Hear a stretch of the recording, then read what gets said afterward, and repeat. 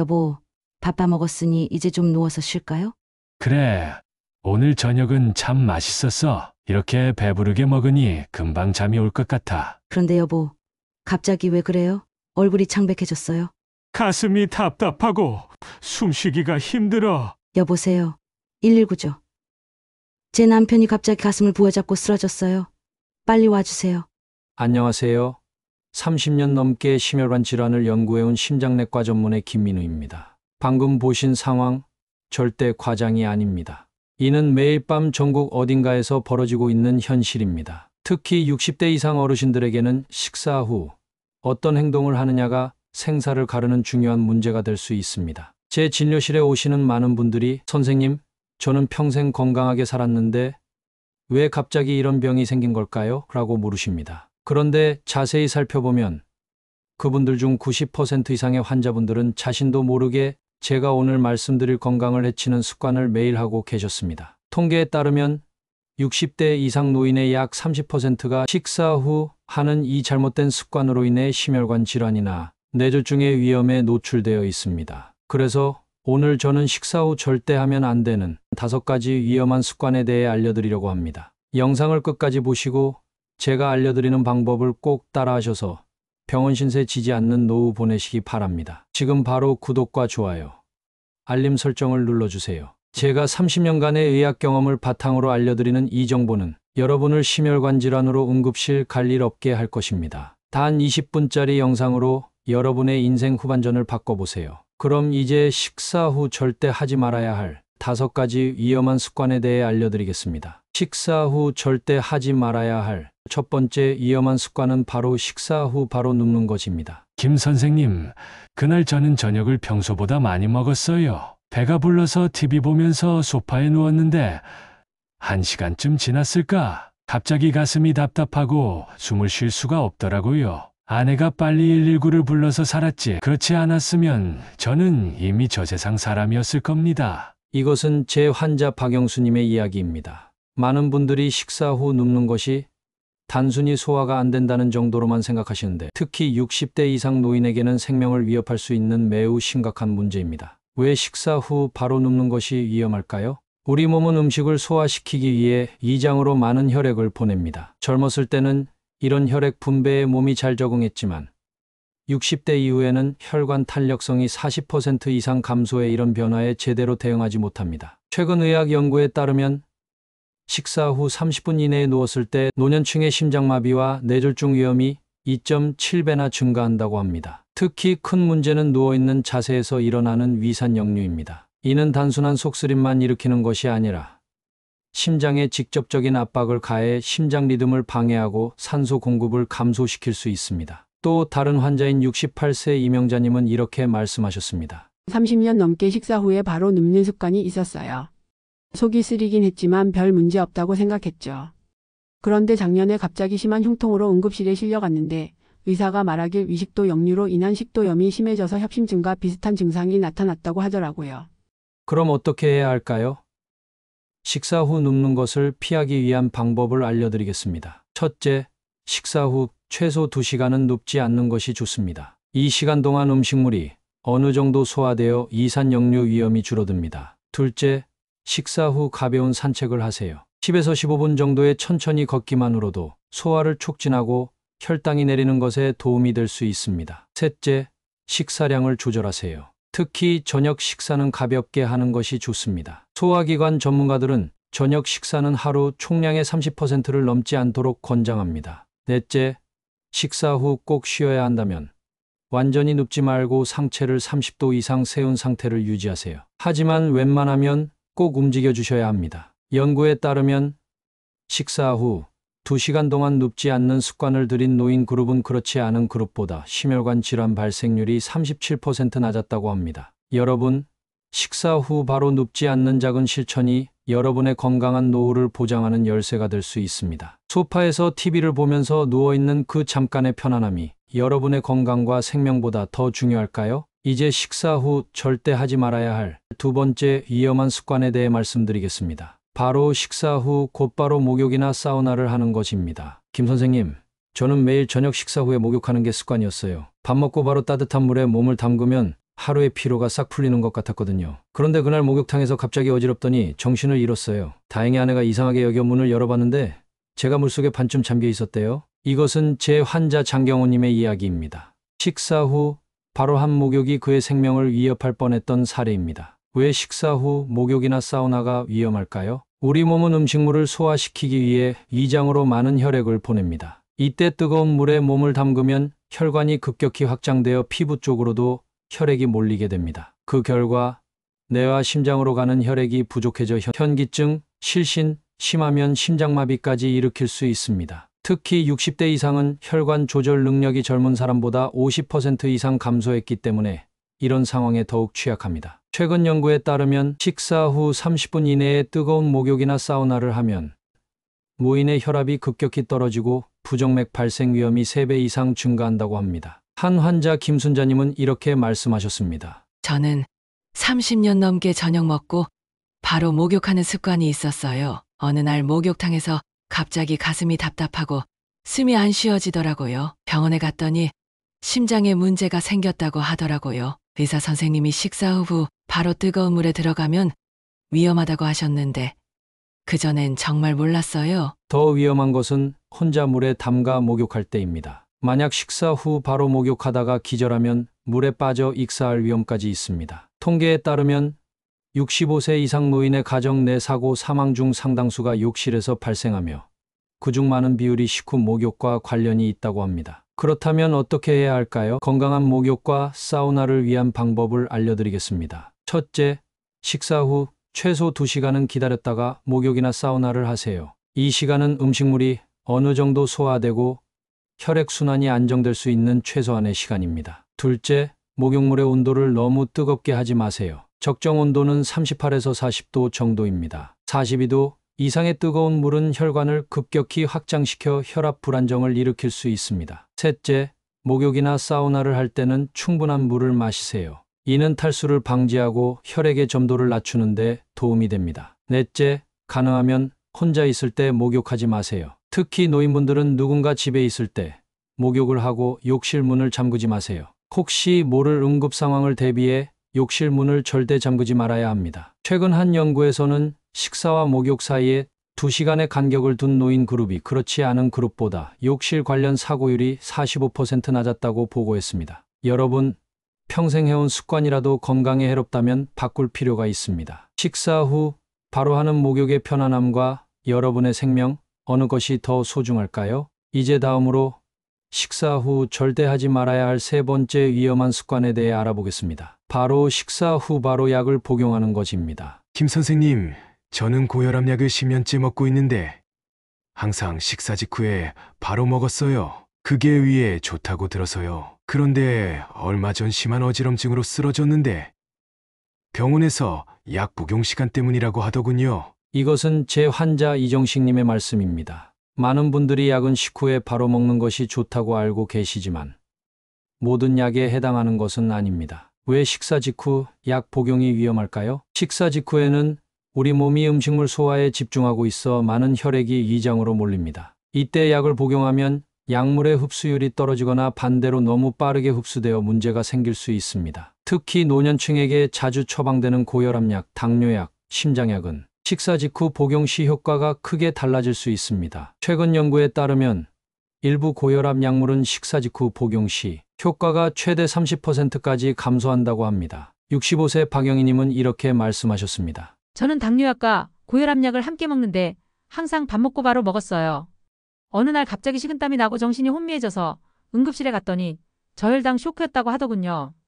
선생님이 약 먹는 시간을 조정해 주셔서 지금은 그런 일이 없어요. 그렇다면 어떻게 약을 복용해야 할까요? 첫째, 약은 반드시 의사나 약사의 지시에 따라 정확한 시간에 복용하세요. 모든 약이 식후에 바로 먹어야 하는 것은 아닙니다. 일부 약은 식전, 일부는 식사와 함께, 또 다른 약들은 식후 일정 시간이 지난 후 복용하는 것이 효과적입니다. 둘째, 여러 가지 약을 동시에 복용하는 경우 반드시 주치의와 상담하세요. 의학 연구에 따르면 65세 이상 노인 중 5가지 이상의 약을 복용하는 비율이 40%에 달하며 어떤 약물은 함께 복용하면 위험할 수 있습니다. 그러므로 병원에 가실 일이 있다면 꼭 현재 복용하고 있는 약을 정확히 의사에게 알려야 합니다. 요즘에는 약봉투에 처방받은 날짜와 약 종류가 써 있으니 약봉지를 버리지 마시고 모아두시는 것도 좋은 방법입니다. 셋째, 복용 중인 약의 목록과 복용 시간을 항상 메모해 두세요. 건강 전문가들은 약 달력이나 약 복용 체크리스트를 만들어 사용하는 것을 권장합니다. 넷째,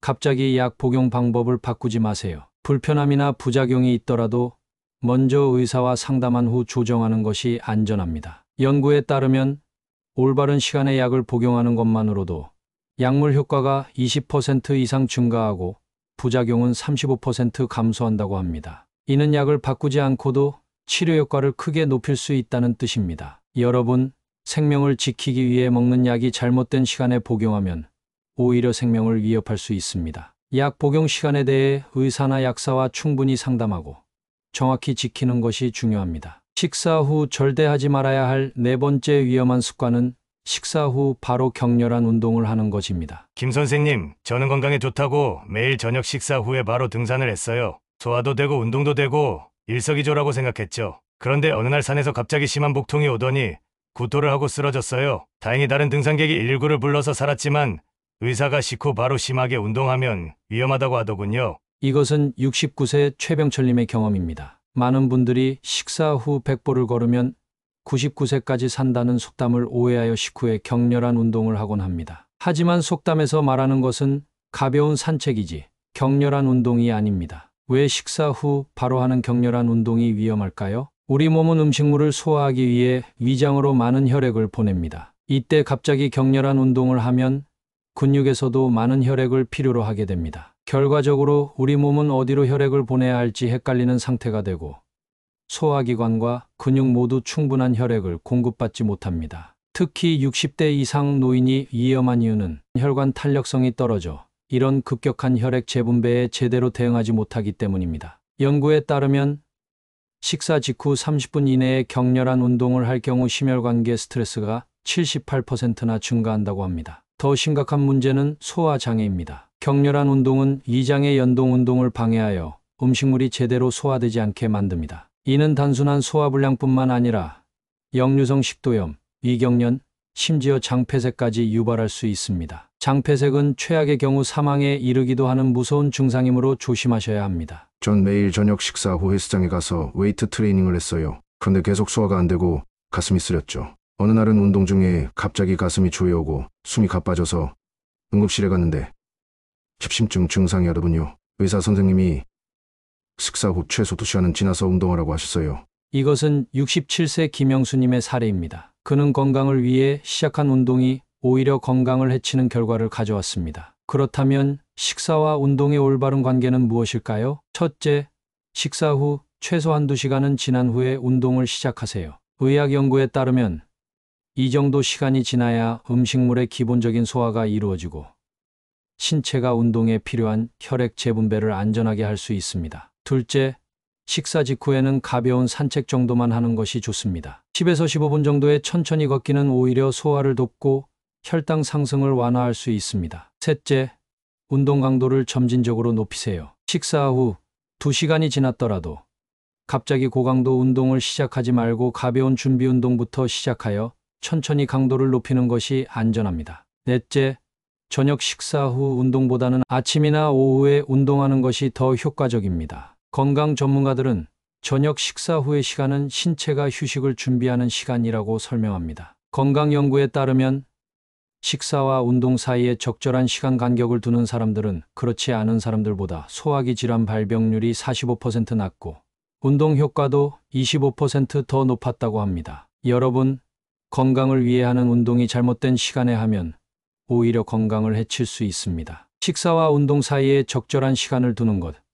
이것이 진정한 건강관리의 비결입니다. 이제 마지막으로 식사 후 절대 하지 말아야 할 5번째 위험한 습관에 대해 말씀드리겠습니다. 그것은 여러분이 정말 많이 하시는 행동이죠. 바로 식사 후 바로 과일을 먹는 것입니다. 김 선생님, 저는 20년 넘게 식사 후에 과일을 먹는 습관이 있었어요. 건강에 좋다고 생각했거든요. 하지만 계속되는 소화불량과 가스 때문에 병원에 왔다가 이게 잘못된 습관이라는 걸 알게 됐어요. 이것은 제 환자 70세 이명자님의 이야기입니다. 많은 분들이 식사 후 디저트로 과일을 드시는데 이것이 특히 노년층에게는 생각보다 해로울 수 있습니다. 왜 식사 후 바로 과일을 먹는 것이 문제일까요? 과일에는 당분과 산이 많이 포함되어 있습니다. 이미 음식물로 가득 찬 위장에 과일을 추가하면 소화 시간이 크게 늘어나고 발효 과정이 일어나 가스, 팽만감, 속쓰림 등의 문제를 일으킬 수 있습니다. 특히 60대 이상은 소화 효소의 분비량이 젊었을 때보다 40% 이상 감소하기 때문에 이런 문제가 더 심각합니다. 의학 연구에 따르면 식사 직후 과일 먹으면 노인들은 이것까지 소화하기 위해 최대 2배까지 시간이 걸릴 수 있다고 합니다. 또한 과일의 산성 성분은 이미 음식물로 자극받은 위벽을 더욱 자극하여 위산 과다분비나 역류성 식도염을 악화시킬 수 있습니다. 실제로 최근 연구에서는 식후 즉시 산성 과일을 섭취하는 노인들이 그렇지 않은 노인들보다 위장 질환 발생률이 65% 높았다고 합니다. 저는 당뇨가 있어서 식후의 혈당 조절을 위해 항상 사과를 먹었어요. 그런데 계속 속이 더부룩하고 가스가 차서 병원에 갔더니 의사 선생님이 식사와 과일 섭취 사이에 시간 간격을 두라고 하셨어요. 그렇게 하니 확실히 소화가 훨씬 잘 되더군요.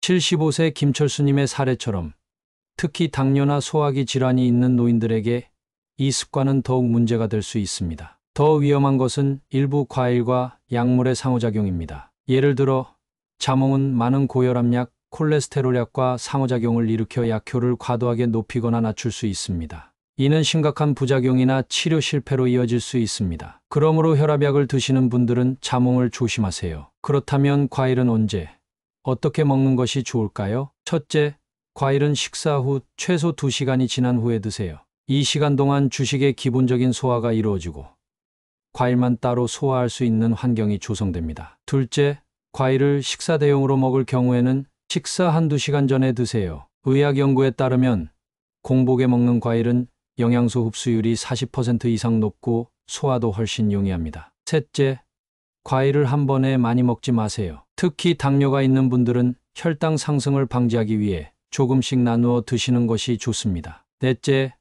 약을 복용 중이라면 특정 과일, 특히 혈압약일 경우 자몽과의 상호작용을 반드시 의사나 약사에게 확인하세요. 건강 전문가들은 약물 치료 중인 노인들에게 자몽과 같은 특정 과일은 독이 될 수 있다고 경고합니다. 연구에 따르면 올바른 시간에 과일을 섭취하는 사람들은 소화 불량을 50% 이상 줄이고 과일의 영양소도 더 효율적으로 흡수한다고 합니다. 여러분, 과일은 분명 건강에 좋은 식품이지만 잘못된 시간에 드시면 오히려 해가 될 수 있습니다. 과일의 건강한 섭취 방법을 알고 실천하셔서 과일의 영양소를 최대한 활용하시길 바랍니다. 지금까지 식사 후 절대 하지 말아야 할 5가지 위험한 습관에 대해 알아보았습니다. 이제 여러분이 기억하기 좋으시도록 다시 한번 정리해 드리겠습니다. 첫 번째는 식사 후 바로 눕는 것이었습니다. 이는 위산 역류와 심장 부담을 증가시켜 심혈관 질환 위험을 높입니다. 식사 후 최소 2시간은 눕지 말고